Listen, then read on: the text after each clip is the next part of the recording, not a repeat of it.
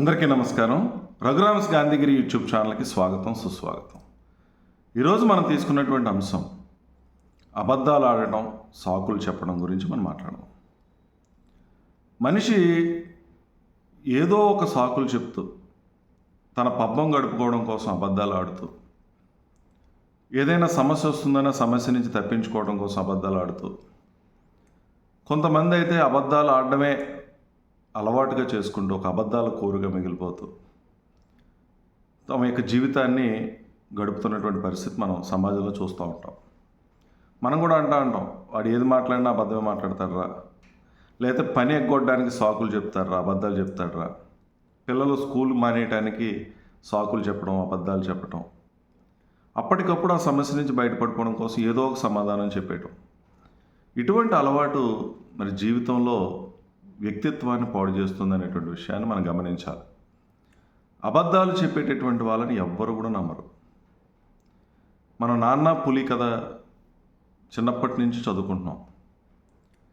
లేని దాన్ని ఉంది అని చెప్పి, పులి ఉందని చెప్పి తండ్రిని కంగారు పెట్టినటువంటి ఆ బాలుడు నిజంగా పులి వచ్చినప్పుడు తను అరిచినా కూడా తండ్రి పట్టించుకోలేదు.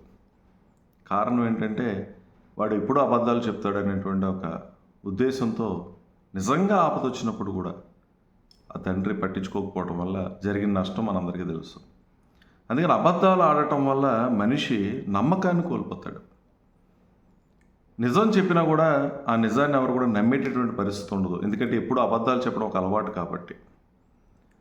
మరొక అంశం ఏంటంటే అబద్ధాలు చెప్పేటటువంటి వాళ్ళకి చాలా జ్ఞాపక శక్తి ఉండాలి. నిజం చెప్పే వాళ్ళకి అసలు జ్ఞాపక శక్తి ఉండక్కర్లేదు. ఎందుకంటే ఎప్పుడూ నిజమే చెప్తున్నప్పుడు ఆ మాటలో ఎక్కడ తేడా రాదు. అబద్ధాలు చెప్పేటటువంటి వాళ్ళు జ్ఞాపక శక్తి లేకపోతే ఒక్కొక్కసారి ఒక్కొక్కటి చెప్తారు, దొరికిపోతాం. అబద్ధం ఆడేటటువంటి వాడు చాలా సులువుగా దొరికిపోతాడు జ్ఞాపక శక్తి లేకపోతే. అయితే అబద్ధం ఆడటం వల్ల నష్టాల్లో ప్రధానమైన అంశం ఏంటంటే మనిషి నమ్మకాన్ని కోల్పోవడం ఒక ప్రధానమైన అంశం. మరి ముఖ్యంగా ప్రస్తుత సమాజంలో మానవ సంబంధాలు ప్రధానంగా దెబ్బతినడానికి కారణం కూడా ఈ అబద్ధాల కారణం. ప్రేమించేటప్పుడు రకరకాల అబద్ధాలు ఆడటం, పెళ్ళి చేసేటప్పుడు రకరకాలైనటువంటి అబద్ధాలు ఆడటం, స్నేహితుల దగ్గర అవసరానికి రకరకాల అబద్ధాలు ఆడి ప్రయోజనాలు పొంది అవసరం తీరిన తర్వాత వాళ్ళని మోసం చేసేటటువంటి తత్వం, డబ్బులు ఇచ్చిపుచ్చుకునే దగ్గర రకరకాల అబద్ధాలు ఆడటం. దీనివల్ల మనిషి యొక్క వ్యక్తిత్వం అనేది దెబ్బతింటూ ఉంటుంది. మరొకటి, ఒకరి మీద ఒకరు నెపం వేసుకోవడానికి, నిందలు వేసుకోవడానికి అబద్ధాలు చెప్తూ ఉండటం. ఒక వ్యక్తి గురించి మరొక వ్యక్తికి లేని విషయాలు కల్పించి చెప్పటం. దీనివల్ల ఏం జరుగుతుందనంటే మానవ సంబంధాలు అనేవి దెబ్బతింటాయి. మనిషి వ్యక్తిత్వం కోల్పోయేటటువంటి పరిస్థితి వస్తుంది. మరి ముఖ్యంగా చరిత్రలో ఒక హీనులుగా మిగిలిపోతాం. ఎవరైతే నీతిగా నిజాయితీగా ఉన్నట్టు మాట్లాడతారో వాళ్ళు చరిత్రలో నిలిచిపోతారు. అబద్ధాలు ఆడేటటువంటి వ్యక్తులు నిజమైనటువంటి అవసరం వచ్చినప్పుడు, నిజమైనటువంటి ఆపద వచ్చినప్పుడు, కష్టాలు వచ్చినప్పుడు వాళ్ళు ఎదుటి వ్యక్తి నుంచి సహాయం పొందలేరు. ఎందుకంటే వాళ్ళ నైజం ఎదుటి వ్యక్తుల దృష్టిలో ఒక తప్పుడు దృష్టితో ఉండిపోతాం కాబట్టి, వీడు ఒక అబద్ధాల కోరుగా ఎప్పుడూ నిజం చెప్పడం అనేటువంటి భావంతో ఉండిపోతాం కాబట్టి చాలా నష్టం జరిగేటటువంటి పరిస్థితి ఉంటుంది. అబద్ధం వల్ల బంధాలు బలహీనపడిపోవటం, ప్రాణమిత్రుల మధ్యన మరి అగాధం ఏర్పడటం, శత్రుత్వం రావటం, భార్యాభర్తల మధ్యన, ప్రేమికుల మధ్యన అగాధం ఏర్పడటం. ఎప్పుడైతే అబద్ధాన్ని ఎంతో కాలం మనం కాపాడలేం, నిజం ఎప్పటికైనా బయటపడుతుంది. అబద్ధం తాత్కాలికమైనటువంటి విషయం.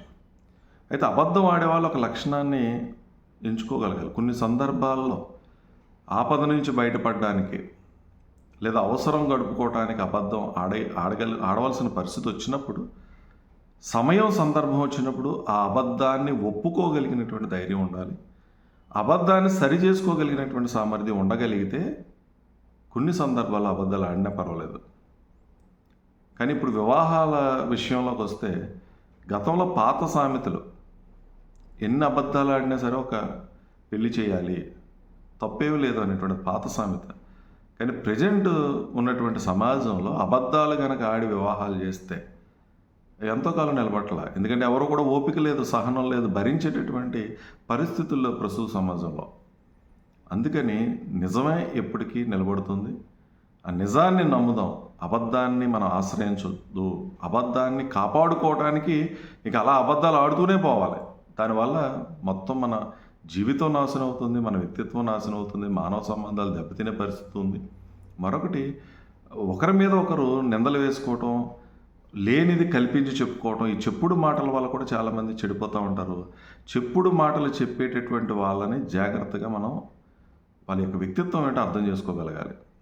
నీ దగ్గర ఒకరి గురించి చెప్తున్నటువంటి వాళ్ళు ఖచ్చితంగా మీ గురించి మరొకరి దగ్గర చెప్తారు అనేటువంటి విషయాన్ని కూడా మనం గమనించి ఏది నిజం ఏది అబద్ధం అనేది మనం విచక్షణతో ఆలోచించుకోగలిగి నిర్ణయాలు తీసుకునేటువంటి పరిస్థితి ఉండాలి. పిల్లలు, మరి ముఖ్యంగా తల్లిదండ్రులు, అబద్ధాలని జాగ్రత్తగా మనం గమనించి ఎవరైనా పిల్లలు అబద్ధాలు ఆడుతూ ఉంటే దాన్ని సరిచేసేటటువంటి ప్రయత్నం చేయండి. దానివల్ల వచ్చేటటువంటి నష్టాలు కష్టాలు వాళ్ళకు తెలియజేయండి. నీతిగా నిజాయితీగా ఉంటే ఏం మేలు జరుగుతుందో, ఖచ్చితంగా నీతిగా నిజాయితీగా ఉంటే కష్టాలు ఎదురవుతాయి, అందులో ఏ విధమైనటువంటి డౌట్ లేదు. ఉన్నట్టు మాట్లాడినా నీతిగా నిజాయితీగా ఉన్నా ఇబ్బందులు వస్తాయి, అది తాత్కాలికమే ఇవి కూడా. కానీ శాశ్వతంగా మాత్రం ఒక మంచి వ్యక్తిత్వం కలిగినటువంటి వ్యక్తిగా ఈ చరిత్రలో నిలిచిపోతాం. అందరూ కూడా నిన్ను విశ్వసిస్తారు. నిజంగా నీకు ఆపద వచ్చిన రోజున అందరూ నిన్ను ఆదుకునేటువంటి పరిస్థితి ఉంటుంది, నిన్ను ఆదరించేటటువంటి పరిస్థితి ఉంటుంది. అబద్ధం కూడా తాత్కాలికమే, కానీ అబద్ధం వల్ల లాంగ్ రన్లో చాలా నష్టాలు వస్తాయి, వ్యక్తిత్వం నష్టపోతాం. నిజమైనటువంటి ఆపద వచ్చిన సమయంలో కూడా నీకు ఎవరు చెయ్యి అందించేటటువంటి పరిస్థితి ఉండదు. కాబట్టి అబద్ధాలను మనం ఎట్టి పరిస్థితులను ఆశ్రయించవద్దు. అబద్ధాలని కాపాడుకోవడం కోసం ఒక అబద్ధాల కోరుగా మనం తయారైపోయి జీవితాన్ని నాశనం చేసుకోవద్దని నేను ప్రతి ఒక్కరిని కూడా కోరుతా ఉన్నాను. అలాగే నీతిగా నిజాయితీగా ఉండేటటువంటి వ్యక్తులు సమాజంలో మంచి గౌరవంతో పాటుగా ఎప్పటికైనా సరే అదే నిలబడుతూ ఉంటుంది. నిజం ఎప్పటికైనా బయటకు వచ్చేస్తుంది, అందులో డౌటే లేదు. కొంచెం సమయం పడుతుంది అంతే. అందుకని మన బంధాలు బలంగా ఉండాలన్నా, మన స్నేహాలు బలంగా ఉండాలన్నా ఈ అబద్ధాలను మనం ఎట్టి పరిస్థితుల్లో ఎంచుకోవద్దు. మన వ్యక్తిత్వాన్ని మనం కాపాడుకుందాం. నిజమే చెప్పండి. చాలామంది ఏంటంటే ఎదుటి వాళ్ళతో మొహమాటం కోసం ఏమైనా అనుకుంటారేమో, నా స్నేహితుడు చెబితే బాధపడతాడేమో అని చెప్పకుండా దాచుకోవటం వల్ల ఆ స్నేహితుడిని నువ్వు మోసం చేసినట్టు అవుతుంది. నువ్వు నిజమైనటువంటి స్నేహం కాదు మీ ఇద్దరిది కూడా.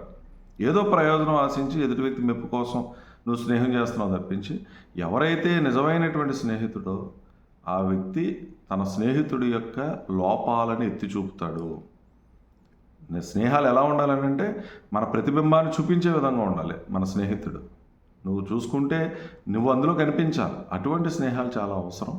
అందుకని చాలామంది పిల్లల విషయంలో, చదువుకున్న పిల్లల విషయంలో కూడా ఒకరినొకరు కాపాడుకోవడం కోసం అబద్ధాలు ఆడుతూ ఉంటారు. ఒకరు చేసిన తప్పులు మరొకరు కప్పిపుచ్చుకోవటం. దీనివల్ల ఏమవుతుందంటే మొత్తం ఆ క్లాస్ అంతా పాడైపోతుంది, వ్యవస్థ అంతా పాడైపోతుంది, వ్యక్తిత్వాలు పోతాయి. ఒక్కసారి అబద్ధాలు ఆడతాడనేటువంటి దృష్టి తల్లిదండ్రులు కానీ టీచర్స్ కానీ మన మీద వచ్చేస్తే ఇక మన ఎవరు నమ్మరు. వీడు సాకులు చెప్తున్నాడు, వీడు ఎగ్గొట్టడానికి అబద్ధాలు ఆడుతున్నాడు అనేటువంటి ఒపీనియన్ వచ్చేస్తుంది. కాబట్టి నీతిగా నిజాయితీగా ఉండండి. తప్పు చేస్తే తప్పు చేశాను అని ధైర్యంగా ఒప్పుకుంటే ఆ తప్పుకి మనకు పరిష్కారం దొరుకుతుంది. అలాగే తప్పు చేసినప్పుడు క్షమించమని అడగడం కూడా గొప్ప లక్షణం.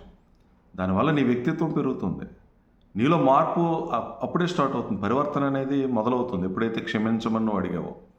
అందుకని అబద్ధాలని అదే పనిగా ఆడేటువంటి విధంగా కాకుండా ఎప్పుడైనా కష్టం వచ్చినప్పుడు, ఆపద వచ్చినప్పుడు, ప్రాణం మీదకి వచ్చినప్పుడు తప్పించుకోవడానికి ఒక అబద్ధం ఆడినా ఆ అబద్ధాన్ని ధైర్యంగా నేను అబద్ధం ఆడాను అని ఒప్పుకొని క్షమించమని అడిగేటటువంటి తత్వం కనుక మనకు ఉంటే అప్పుడు అబద్ధం ఆడొచ్చు. కానీ అబద్ధాలని అదే పనిగా ఆడొద్దు, వ్యక్తిత్వాన్ని పాడు చేసుకోవద్దు, జీవితాన్ని నాశనం చేసుకోవద్దు.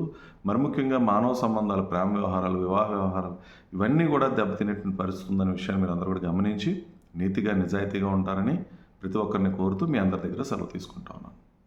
ఈ వీడియో మీకు నచ్చినట్లయితే లైక్ చేయండి, షేర్ చేయండి, కామెంట్ చేయండి. మరిన్ని వీడియోల కోసం ప్రక్కనే ఉన్న బెల్ ఐకాన్ను క్లిక్ చేయండి. నా ఛానల్లో వచ్చే మరిన్ని ఇంట్రెస్టింగ్ వీడియోల కోసం సబ్స్క్రైబ్ చేయండి రఘురామ్స్ గాంధీగిరి యూట్యూబ్ ఛానల్.